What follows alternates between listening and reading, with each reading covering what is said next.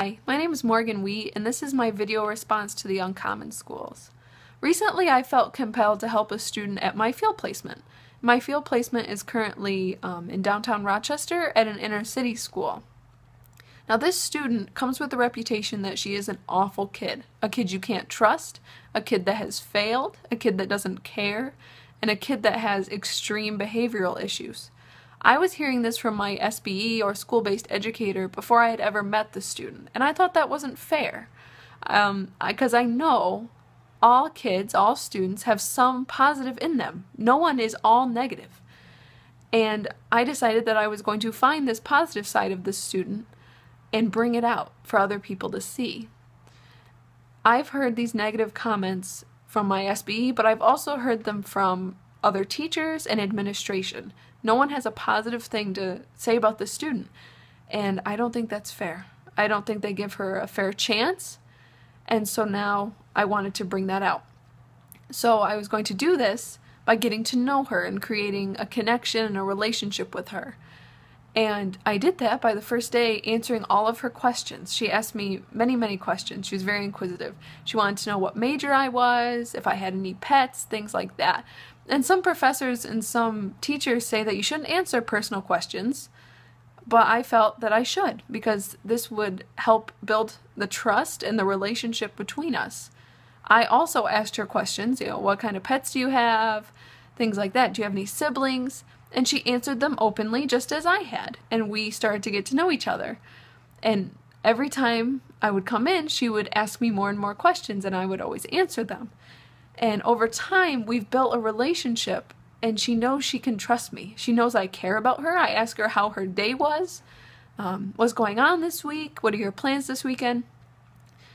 She knows I care about her, and she knows I trust her. Where some teachers would say, don't ever trust her with anything, such as my phone. I had her video record me through my phone for one of my lessons I taught, and my SBE said to me, don't let her touch your phone, she'll steal it, she'll break it, she'll go through your Facebook, and I knew the student would not. I trusted her, and she didn't. She just took the video, didn't go through anything, gave it back to me when she was done. She was very responsible with my phone, and I was very proud of her for showing that, the SBE and the comments that I'm hearing are wrong. You have to trust somebody to get trust in return. And this student, it was funny.